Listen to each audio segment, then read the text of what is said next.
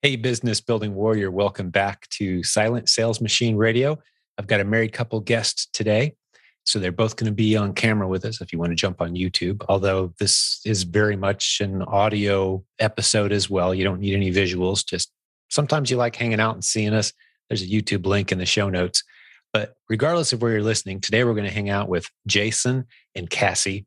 They are a coaching couple from our team, meaning they're going through our coaching, I should say. So they've been proven Amazon core students for a couple years now, finally able to quit their other jobs that they had going on. They've had a landscape company, they've done vending while working full-time jobs, homeschooling their kids. It is a beautiful family dynamic of what they've been able to accomplish as a family now that they've started going into Amazon full-time. That's their sole source of income. In 2021, they're on pace to hit about $250,000 in total sales, which has allowed them to be the parents and the spouse that they want to both be and use their income from the e-commerce business, from Amazon specifically, to support that. So it's a great story. They're not where they want to be yet. They have a lot of growing to do. They're very transparent about the path that they're on, but they're huge advocates for the coaching they've received from us, for the proven Amazon course, which I think in today's episode, we call it the PAC throughout the entire episode. So we try not to confuse you with acronyms. The PAC is provenamazoncourse.com. It's that course. It's all the modules, all the Amazon training, and the live events from the past that we've done. All combined, it's worth well over $10,000. But the PAC is, as I'm recording this, $29 a month. Get you full instant access to all of it. So when they talk about the PAC, they're talking about the training modules from that course. And we dive in today to some of what took them to this point, why they wanted to be home. We talk a little bit about their family routine, their homeschooling, the trajectory that their family's on, and some great tips for new Amazon sellers about how to make this business work. If you've been doing it a while and you're familiar with the Amazon life journey, I guess you could say, of the typical Amazon seller, there's not a whole lot of new profound insights today, but I always find it encouraging to hear from real people who are doing life in a creative, unique way. But it really is a beautiful thing that plays out when you integrate mom and dad are home, the kids, the homeschooling, which I love. It's not for everyone, but I'm a huge advocate and fan of it for sure. And just another family doing life and business the right way.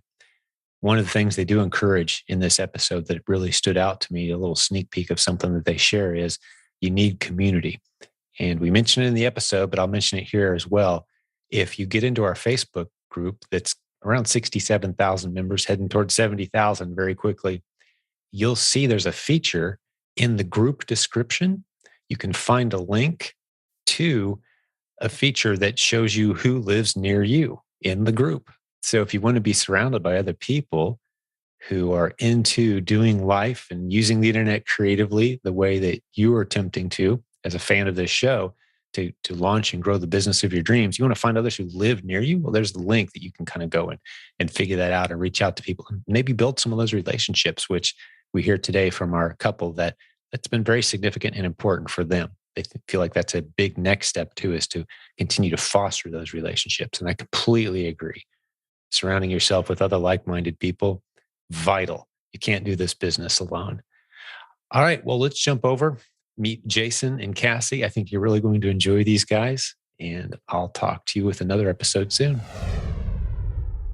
So Jason and Cassie, welcome to the show. Thank you. Good to be here. Well, let's get right into your story. I'm excited to hear more about you guys.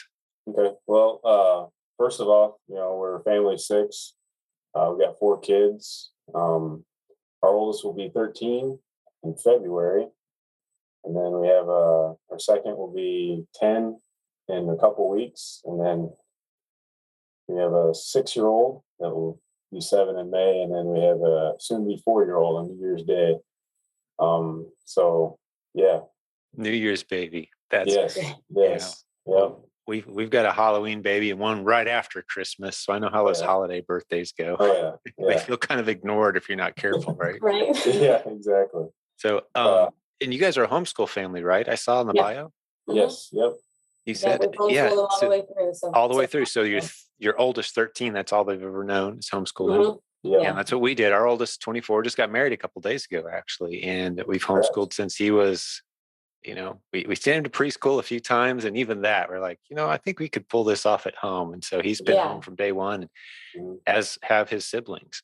That's kind of how we fell into it too. But then God really put it on our hearts. That was what we were supposed to be doing. So Yeah. Mhm. That's fantastic. And there's many homeschool families in our community. Not that it's a prerequisite by any means, Yeah. but it's just the entrepreneur journey and the homeschool journey just overlap so well yes. that we see a lot of it. Yeah. Well, Our oldest definitely helps out quite a bit in our Really? business. Yeah, she does a lot of the prep, and I help her with the packing and stuff, but she really enjoys it. So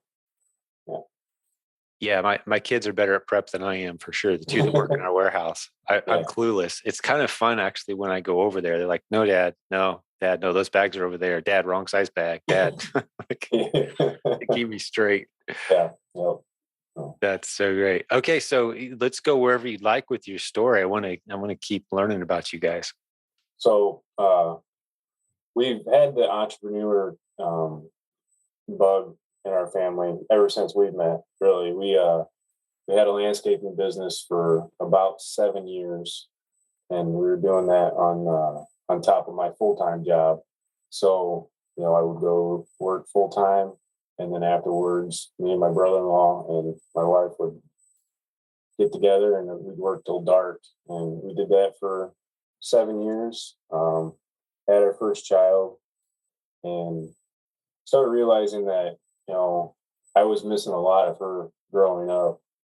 Um, Her parents were actually watching her more than what I was, and it's like we need to step back and figure something else out. So I just went out and got a full time job, and a different full time job, and then one day on the couch we were sitting there watching TV in the evening, and she said, "Hey, have you ever heard of selling on Amazon?" I was like, No, I haven't ever heard of it. I knew about eBay and that kind of stuff, and she's like, well, she was on Facebook and seeing uh, It was actually another PAC member, which we didn't know at the time, but she had posted that her and her husband were making a special Amazon space. And so I messaged her. I was like, what are you guys doing? Can you fill me in? She's like, well, hey, go to this link. This is who we learned everything from. And it was actually a PAC link. And so we just got started with training that way. So how long ago would this have been, Cassie? That was September of 19. September 2019. So Yeah. couple years plus. Yeah, between the time that we had given up the landscaping business and then finding information on selling on Amazon, he had tried to go back to school. He had tried a different job, and all these things weren't working out. And so we've been searching for something that fit our lifestyle of a homeschool family well, because it is different. And we wanted something that kind of blended together better. This is great. I'm starting to paint a picture here, and I've got paths I kind of want to go down out of my own self-interest, but I'm going to keep it as awesome for the listeners too as we do this. But it sounds like you guys have a pretty cool family. Like, okay, so this was your brother that was doing landscaping with you guys, right, Cassie? Yeah. It was my brother-in-law. Yeah, your brother-in-law. Okay, and then you've got parents local helping out with the kids. Mm-hmm. Yeah. Mm-hmm. But that wasn't quite good enough. I mean, as cool as your family is and as all in as together as you are, like we want to be home. Yeah. Or we want the flexibility. We want this going down in our house kind of thing. Mm-hmm. Yeah. It kind of hit me when my in-laws would kind of fill me in on our oldest, what she was doing. And it kind of hit me one night. It's like, no, I'm not gonna, grow up. I'm not gonna have my daughter grow up without me being around. And then that was another driving point to push this business a little bit more. Is that the job that I was at before I left, it was we filled vending machines. So I would get up at 2:30 in the morning and go to work, and then I worked till about noon, 1 o'clock. But then I would come home. I'd be so exhausted. I wouldn't be a very.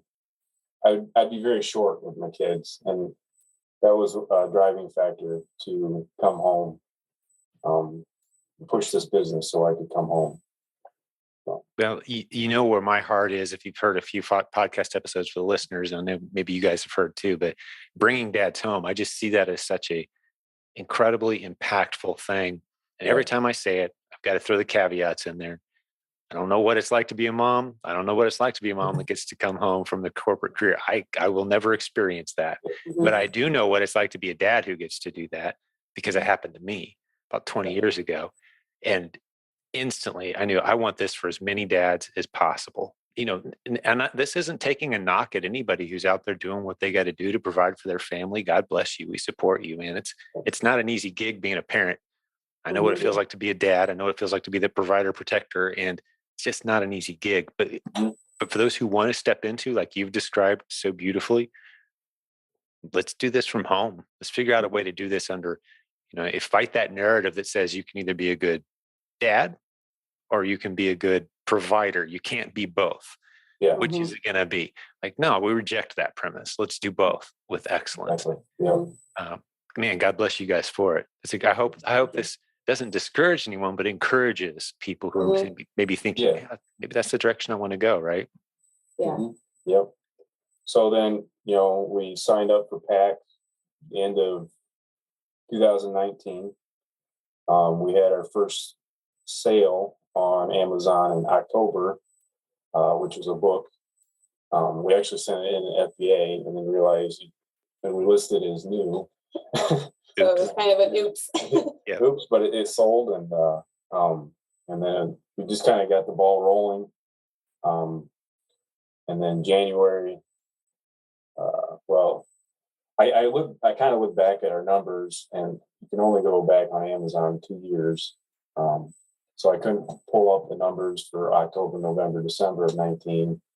Couldn't find them, but in January 2020, we did $6,300 in sales, and then February we did $9,500, and then March of 2020 we did $23,000 in sales, and then April 2020 we were super excited. We were growing really fast. Like, man, this works, and we're gonna get you home so soon. And then the hand sanitizer guide came out, and Amazon was suspending a lot of sellers, and we got caught up in that. Yeah. So we got suspended for 4 weeks in April 2020 for a product we were selling that we just jumped on the listing. We never really figured out exactly, but we had an assumption of what it was. But yeah, that was crazy. I was going back and forth hot and heavy with Amazon at that point, and it was pretty insane. The things you could get suspended for selling at even a loss. Yeah. Selling at a loss, you get suspended for selling, were the things that everybody was trying to get. Yeah. It was just the craziest 3 months for many, many reasons. But I lost a few friends at Amazon corporate that I haven't heard from since. Oh, really? Because I really pushed back hard for this community and the sellers. Like, this is insane. You're calling it. Their definition of gouging was just all over the map. Yes. And I think the definition of gouging, once the dust settled, was attempting to even give away things that people really needed. That's gouging. I mean, according to the way the policy was enforced, it's like, all right, I'll sell it at half my cost. I just want to get rid of the stuff. No, that's gouging. Like, I'll give it away for free. How's that? You can't, not on our platform, mister. Like, it was such a strange time. So you couldn't find the things that people really wanted. The net result was pretty crazy. But anyway, we got through it. Yeah. And so you guys got your account back. I bet you were pretty nervous. That had to have been a little difficult. You're starting to get some real momentum, starting to see the light at the end of the tunnel on this new lifestyle. And you guys were shut down, you said, for how long? 4 weeks? Almost a full month. 4 weeks. 4 weeks. Yeah. What'd you do to get through around? How did you get your account back? Well, we were coaching students of Larry and Sue. Oh, beautiful. Okay. So it probably came across my desk. I just don't remember it at some point. Yes. So we reached out to Larry, and then, what was kind of a bummer was that we just got done packing up our biggest shipment to date for that time span, and just got done, printed out the box labels and everything, and I was carrying up the last box from our basement to get ready to ship, and we get the notification, your account's been suspended. Like, what? So we reached out to Larry, and he tried to help us out a little bit, but then he introduced us to Scott Margolis. And very good. Yep. We got in contact with him, and he was a big help for us to get our account back. I mean, it took 3 or 4 letters from him. Yeah, and then I wrote a letter after that, and it finally went through. But it was just we learned persistence. Yeah, well, and I know in the moment, let's say you were 2 weeks into this, and I'd said what I'm about to say, it wouldn't have calmed you down necessarily to hear it. But statistically, even on the other side of the craziest 3-4 month window that we ever experienced as Amazon sellers, that early 2020 window, spring, it's about 97% of us when we get suspended who get our accounts back within a few weeks. 97%. So really, it's nothing to be dramatically concerned about. There's just a handful of people that I'm aware of who've ever been permanently suspended. And when I say handful, I'm talking like 5 of them. 2 is kind of inexplicable to me. Of the tens of thousands of people who have come through our community, I still don't know why they kind of gave up on it. All 5 of them just gave up. They weren't persistent. I'm convinced had they been persistent, they would have gotten them back.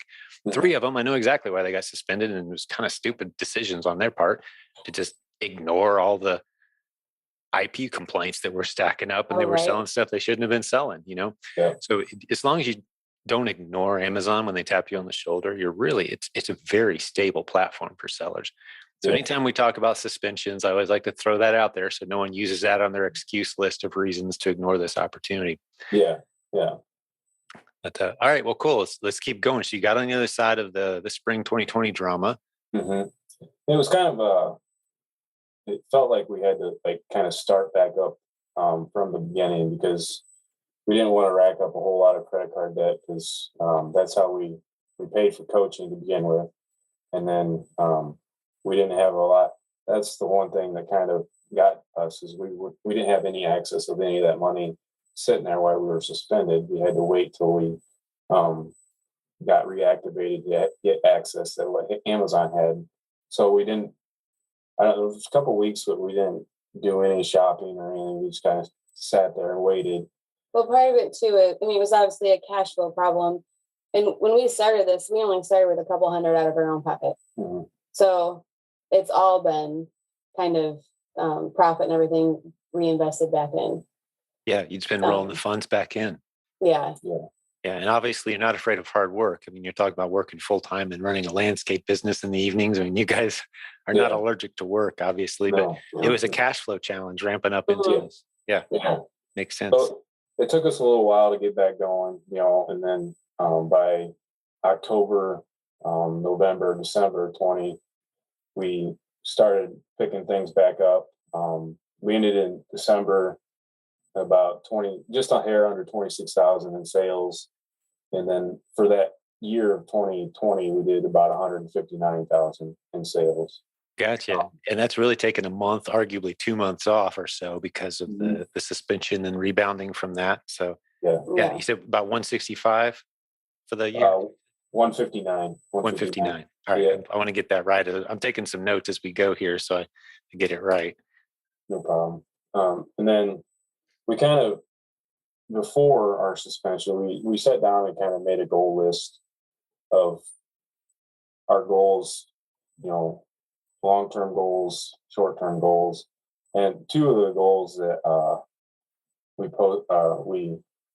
wrote down was for me to come home by October of this year. And another goal is I was introduced to your podcast, and I was listening to it while we would prep shipments and stuff. And one shipment, my daughter and I were prepping, and we were listening to you. I can't even remember the episode, but I told her, I said, hey, one of these days, one of my goals is to be on the podcast. No way. Yeah. So that's so cool. I love to yeah. hear that. Well, here we are. This is so great. Yeah. So we've got two of the goals accomplished. I was able to come home early September of this year instead of October. Oh, it's a month early. Yeah. So as we're recording this, about 4 months ago, as we're recording this for reference point. Mhm. And another goal that we had for make it possible for him to come home was to pay off a lot of debt. So we made sure that we were almost debt free except for the house. Mm-hmm. So that's awesome. We really worked on cutting down our monthly expenses to make the switch a lot easier. Yeah. So we were able to pay off our camper and our two vehicles. And then those were about the main bills that we wanted to get done before I came Gotcha. home.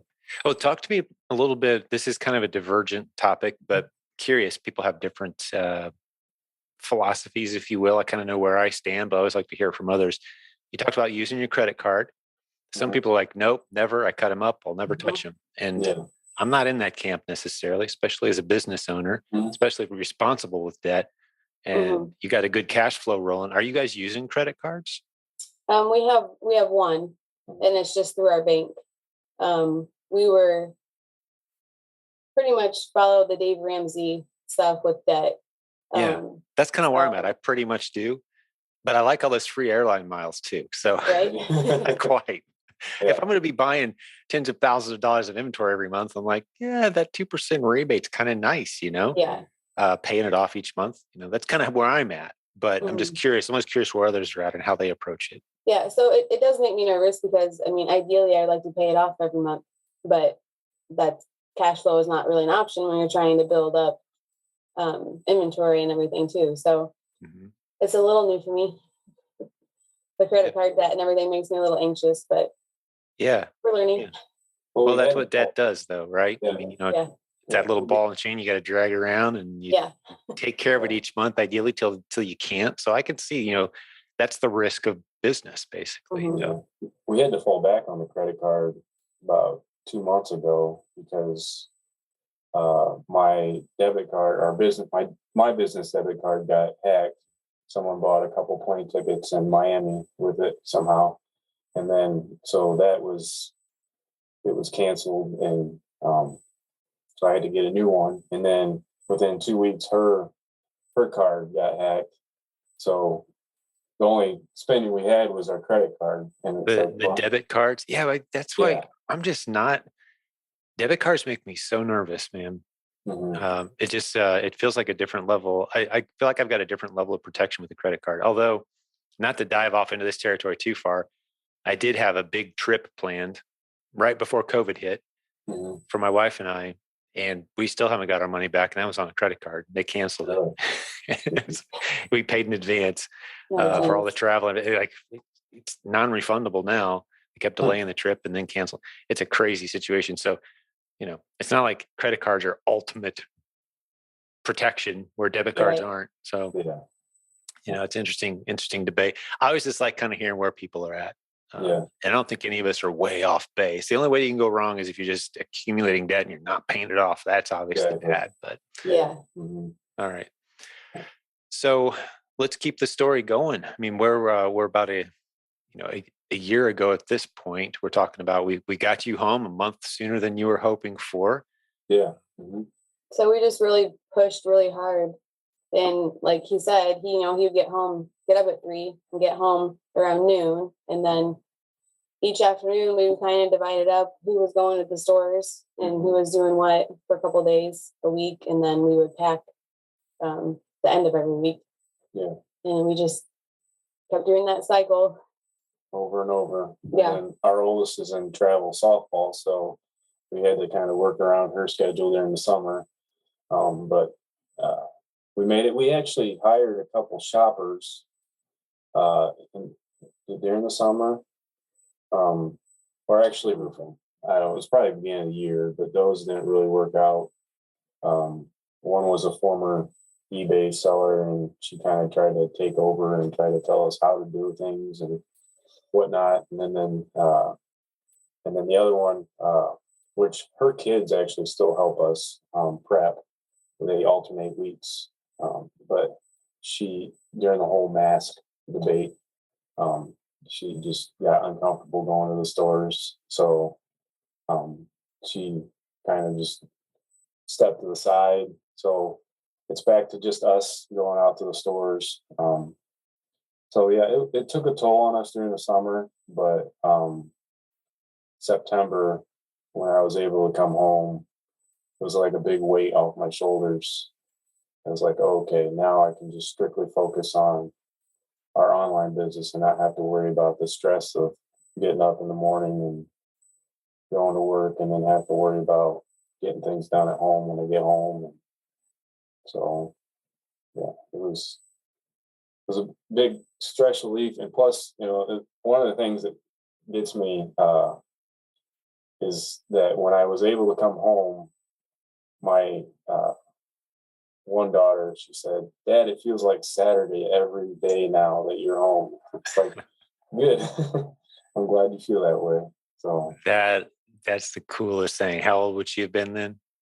she's 9. She was 9. So our 9-year-old. Yeah. Those moments that you think to yourself, and you'll accumulate so many of them Mhm. where you're thinking, I would have missed that if I was somewhere else. Yeah. I would have missed it. And I always remember a moment when my now 14-year-old daughter came in my office I think she was 2, and had drawn me a picture, just busts in the door and had drawn me a picture. And I remember thinking very distinctly, like, if I'm not here, I don't get to do that. And Yeah. she doesn't do that. And it's just, now it's a small moment, but you stack those up over a decade. You get your kids less than 20 years, well Mhm. less than. In many cases, those are moments you're going to miss. And again, not to make anybody feel guilty, but it's just so rewarding. I would give up a lot. Now that I'm kind of through this journey, there's a lot of things I would definitely give up to just be there, Mhm. present Mhm. in the home. Even on those boring days when nothing really too exciting happens, I'd rather be there Yeah. than somewhere else. Mhm. Yeah. Yep. Exactly. That's just beautiful. So I want to hear from you, Cassie, if you don't mind. Like, what Mhm. was the dynamic change in the household besides that story, that we just heard? Every day's like Saturday. Dad's home. Uh, what else did you guys notice? And as a dynamic as you went from kind of that doing 8 things to, okay, we're all home now. This is our new reality. Talk me through that a little bit. Yeah, it's definitely. I would say we're still adjusting a little bit. It's different because most mornings I would be trying to homeschool and get on the computer and take care of Amazon stuff in the morning and get shopping lists made, and combine it all. So it has been really nice in that aspect that for at least a couple hours in the morning, I can put Amazon down and just focus on school with the kids. And then we're still kind of in that middle where we need to get some more defined roles in the business of who needs to take care of what. Because sometimes we still think that the other person is going to do it Mm-hmm. and wonder why it's not done yet. Right. But I mean, overall, it's been good. And we still alternate some shopping trips. He does more of it now, so I can be home with the kids. But it's been a good adjustment. Yeah, it definitely is an adjustment for sure. It's not normal. It's Yeah. definitely not normal. Uh-huh. I tried to describe our family lifestyle to people, and it's good to hang out with others who kind of get it. But it's like we live on the edge of the bell curve on just about every issue. You know what I mean by that? Mhm. Yeah. It's like only 1 in 1,000 people would ever even do that. Like, yeah, we're over there with those people on just about Right. everything. It Yeah. seems like, Yeah. Yeah. but it's a great way to do life and to improve and advance relationships. And what we're seeing now, just to give you guys a little heads up of probably what's coming down the pike. You raise your family with these biblical values, surrounded by entrepreneurship, and your kids kind of have a chance to become friends with each other, and you kind of choose the circle of friends that are influencing your kids. Mhm. Man, our young adult kids, as they approach their older teen years, just incredible. Just, I'm blown away. I learn from them constantly. Not that, one of them can't make a stupid decision at some point and mess up a lot of the progress that's been made. We're all human. We can all make dumb decisions, but Yeah. so far so good, man. And I wouldn't have traded it for the world. Anything that we did. It's kind of the path that you guys are on. And I see a nice trajectory here too. If you play out 2, 3, 5 years, what you guys are doing as a family takes you to some really special places. Yeah. And I'm excited for that. But let's dive into 2021 a little bit. That's the calendar year we're still in right now as we're recording this. And we haven't talked a lot about it yet, the most recent year. How's the business gone? How's it changed things around the house? And let's get into that a little bit. It's doing good. We are on the verge. Our goal for this year was 250,000 in sales, and right now we're at about 240,000. So we're about 10,000 away. So yeah, we're getting close. I mean, we've been averaging about 20,000 in sales a month until Q4, which kind of peaked. It kind of went up a little bit, but not tremendous. I think we were just under 30,000 last month, so we're hoping to duplicate that and do a little bit more. And what are your margins approximately? We haven't hit that yet. About our profit margin in total is about 20%. Gotcha. Roughly. Yeah. Okay. We tend to go more when we're looking. We tend to look more by ROI when we're buying products. I feel like that's been an endless debate between people and what they go by, but we always make sure that our margin doesn't go below 20. Yeah. Right. Net margin. That's very solid and pretty typical of this. You see anything from about that up to about 30, is kind of normal. So what price point products are you guys buying typically? It ranges really. I did look at our average, sale per item was about $17. So, we range from buying, an item for, $2 to, just recently when I made that post that you reached out to me, back in, when was it? It was the day after Thanksgiving. I, found a few items on clearance that were for $40 and they were selling for like 150. It was all merchant fulfilled. And Right. that day, I think we sold all 5 that I bought. So the next day I tried to go back and find some more, but They're picked clean. Well, yeah. that just as a suggestion, as I'm hearing, that's kind of the price point I was kind of anticipating you sharing. We see a lot of sellers, and you've probably heard this, but as you can start to get up into the $30 to $50 buy price, or maybe even $100 buy price, making the kind of ROI that you guys are talking about, it's just a lot more money per product. Yeah. And those replens are out there; they're everywhere. Yeah. And now that you've got the system, that might be the next bump. And I would propose that's probably the next step. I'm not sure what your plan was, but if I'm going to jump into coach role for just a second, I would say keep all the great replens that you have now, obviously, but aim to bump up the buy price a little bit and get a good shopper going again. Sounds like a big piece of a big missing piece for you guys right now. Yeah.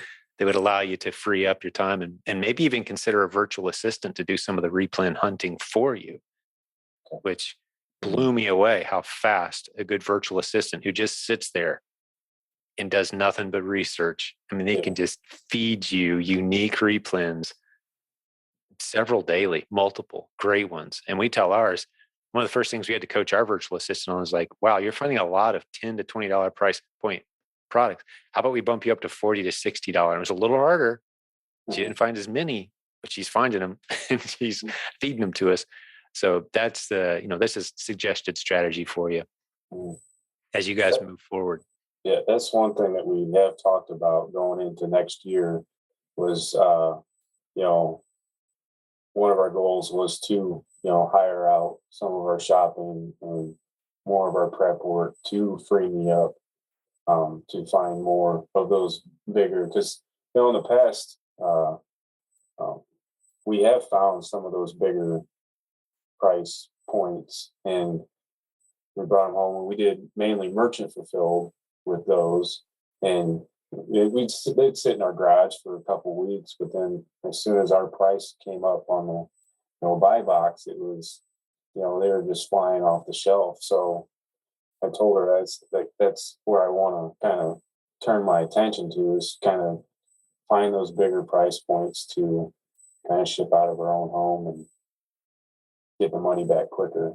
Yeah, for sure. For those who aren't familiar with it, the merchant fulfill, shipping it yourself is kind of like the eBay model. Yeah. Whereas FBA is when you send it all to Amazon and they ship it as it sells. That's the difference between FBA and some call it FBM, or merchant fulfilled by merchant. So yeah, that's a great strategy for the heavier, more expensive items too, by the way. Less chance of them getting broke. You don't have to pay storage, and it's expensive, the bigger items, but it can allow you to get into some of those bigger, bulkier items where the profit is just, put it in your garage till it sells. If it doesn't sell, flip it on Facebook Marketplace or something local. You've got control of the inventory that way. Yeah. It's a good way to do it. Are you guys selling anywhere besides Amazon? We do eBay as well. We just joined the treasure hunting Yeah. group with Greg Perry Yeah. about 2 months ago. So yeah, we're starting to learn a little more of the tricks in the trade of the eBay side of it. So we want to diversify a little bit more than where we're at now.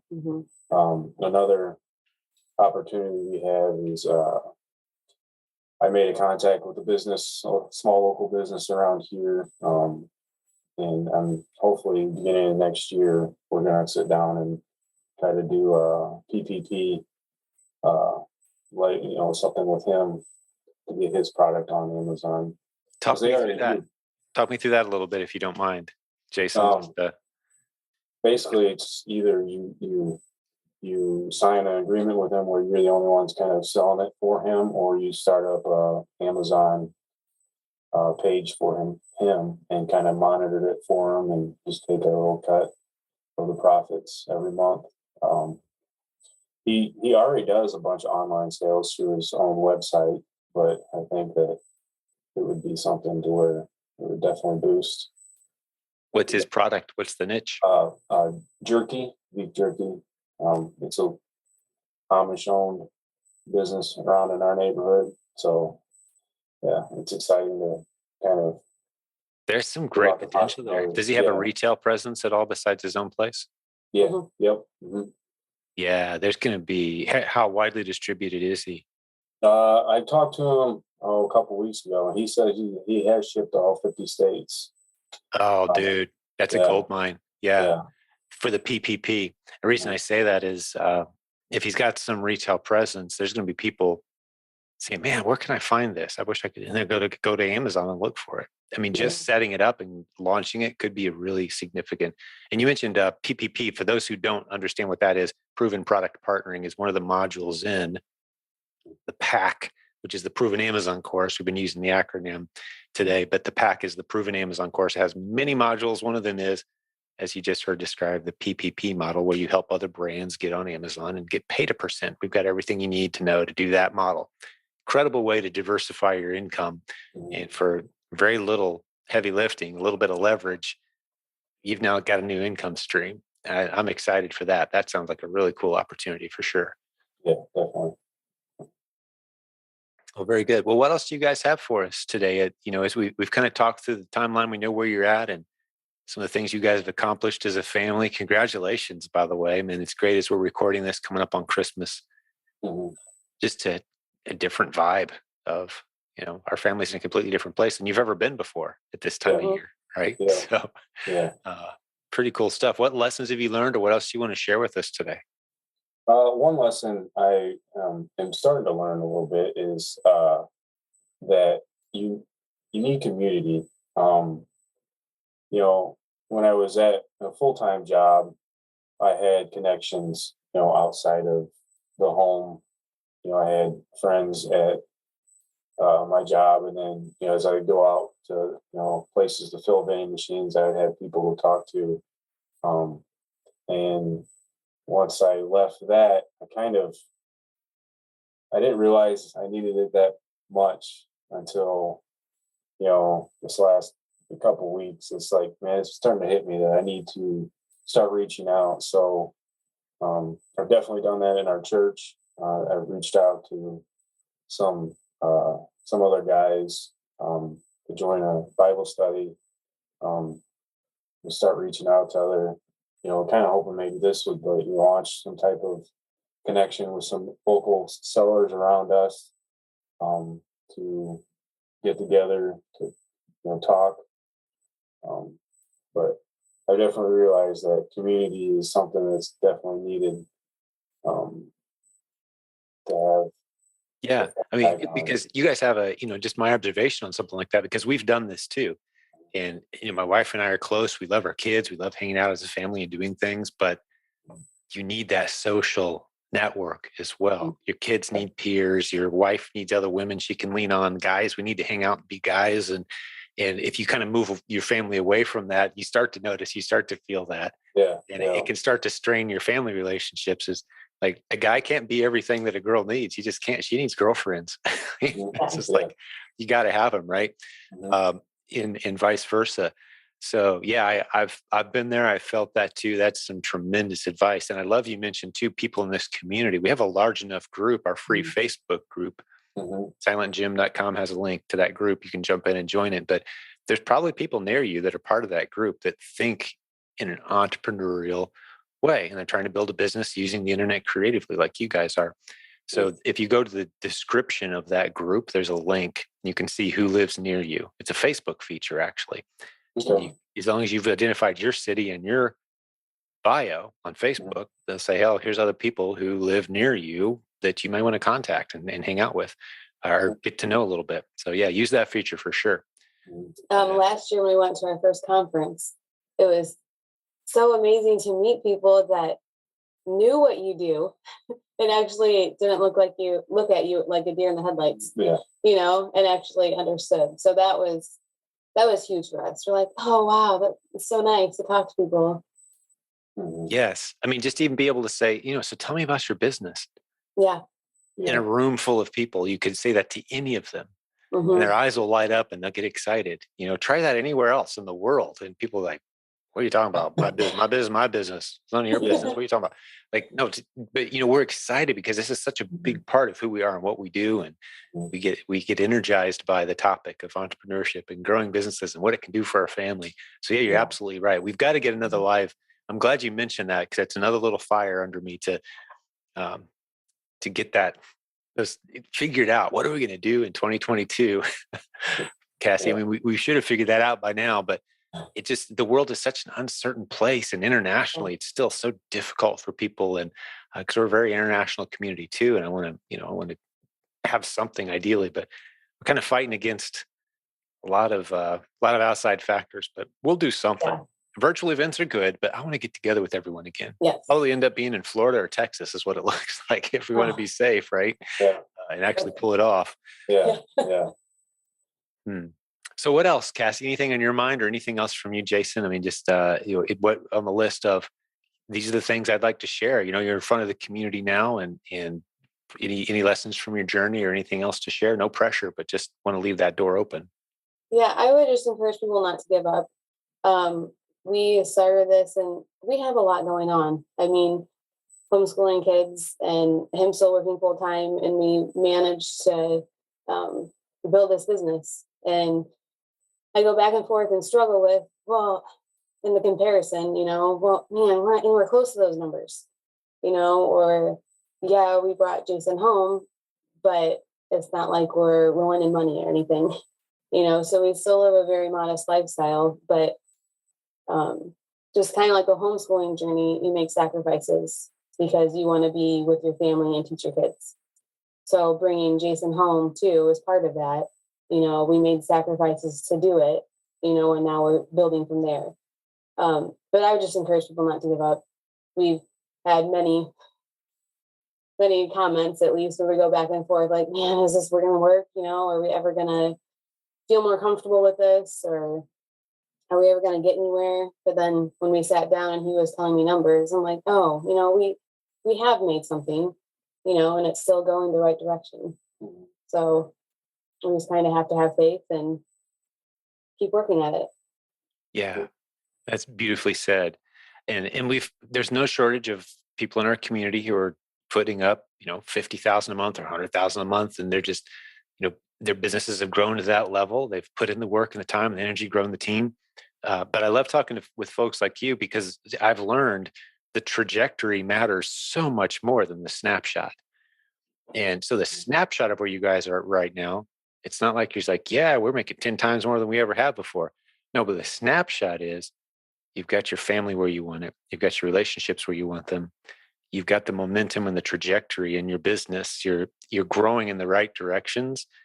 And these relationships you're seeking out, these partnerships, you mentioned the beef jerky guy, the Amish beef jerky guy, like those things, maybe that falls through, maybe it doesn't, but maybe it works out. But that kind of thinking, where it takes you 2, 3, 5 years from now, is a beautiful place. And you're not afraid of hard work. I mean, I guess the best way to say what I'm trying to say is, if you guys were a stock, I'd be buying as much as I could afford right now, because the direction you guys are going as a family with your business, your commitment to the process, it's a beautiful future from my perspective. Very excited for you guys. Thank you. That's very encouraging. Yes. Absolutely, it is, and love to find ways to work with you too. Maybe not just you guys that are sitting here talking, although I definitely extend this offer, but anyone who's listening as well, who's a part of our community. You're figuring things out. You see some gaps maybe in the curriculum, the content, or the message, and you want to start to fill that gap. But just step up, step into it. You've mentioned homeschooling. I know there's a lot of people in our community that do homeschooling, for example. How do these two worlds blend?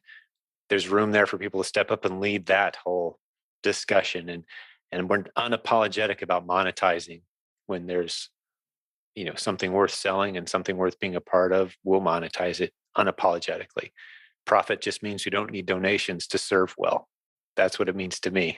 So we're not afraid to charge money for things, and make sure that the people who are providing the effort and energy are energized about continuing to do so, have what they need to continue to do it. And this is great. Well, what other thoughts, guys? You each threw out a really good one there. I would Community say, and commitment. I would say one thing is just never stop learning. We signed up for PAC, and I we've maybe watched 5% of what is available. We just kind of watched the main startup ones, and then we just kind of launched our business. And then now, as we're kind of mastering that, we're going back and watching some videos on PPP, learning about that. It's always available if you sign up for it. And then coaching was a big investment. That was a big help as well. We were under one coach, and then that kind of fell through. But then we were introduced to Larry and Sue, and they were a huge help and kind of helped us through our suspension. And even after we used up all our sessions, they're still there. Even if, just to reach out to them and say, hey, can you? They're always available, which is really really nice. Yeah. It's pretty incredible, the quality of people. I was actually just looking over a list right before we got on this podcast. One of the projects I was working on today involved me seeing a list of all of our current coaches, and we've got around 30 of them.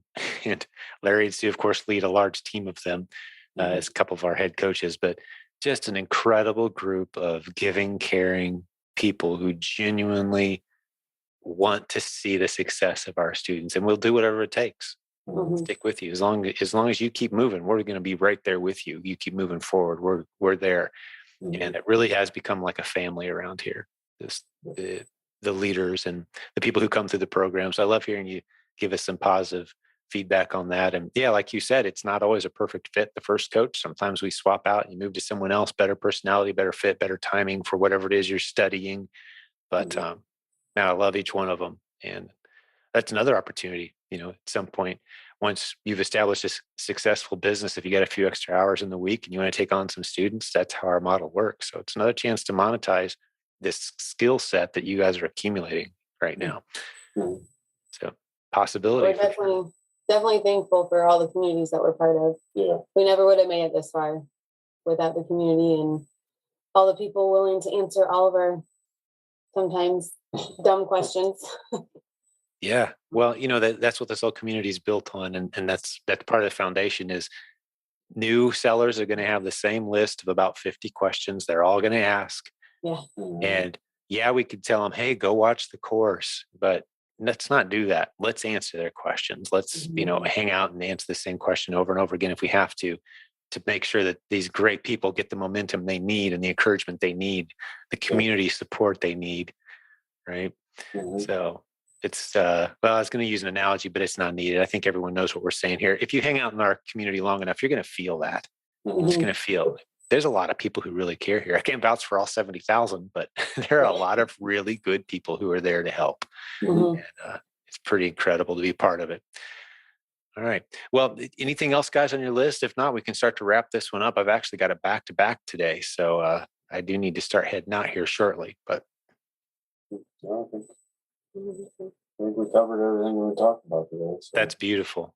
That's great. Well, I really appreciate your time today, guys, and I'll talk to the listeners here for just a moment. And again, invite you to, if you've not in the habit of listening to our show, you got to listen to 5 or 10 or 15 episodes. After a while, you're going to catch a theme. Wow, there's a lot of people using the ideas that are taught around here to do some pretty interesting, incredible things. And you're going to hear some incredible big numbers, and you hear some numbers from people who are making some difficult choices and getting going in a new direction. But there's a theme here that the stuff we teach works, and we're very family-friendly, family-oriented, biblical values at the core of everything we do, which doesn't mean you have to have that worldview, but it does mean that you can know what you're going to expect around here. Some of these time-tested, proven principles, we apply them every aspect of our businesses. And so if you want to be part of that, we invite you to our community. There's a link at silentgym.com, a free Facebook group coming up on 70,000 members pretty fast there, and dozens of recent interviews with great people like our guests today, Jason and Cassie. And it was really good hanging out with you guys, but I think we're going to wrap this one up here. So for the listeners' sake, I just want to point out one more thing. If you've never left us a review or feedback, we'd love to hear from you, whatever podcast you're listening on, whatever tool you're using, an app, or maybe on YouTube. Just leave us a comment, thumbs up, a heart, something like that. We'd sure appreciate it. And send us your feedback too. So God bless all the business building warriors. One last time, Jason, Cassie, thank you guys. Thank you, Jim. Thank you. And Merry Christmas. I mean, it's probably going to be after Christmas before people hear this, but hey, man, have a beautiful Christmas, guys. And thank you. You too. a great new year. And we'll talk to you guys again real soon.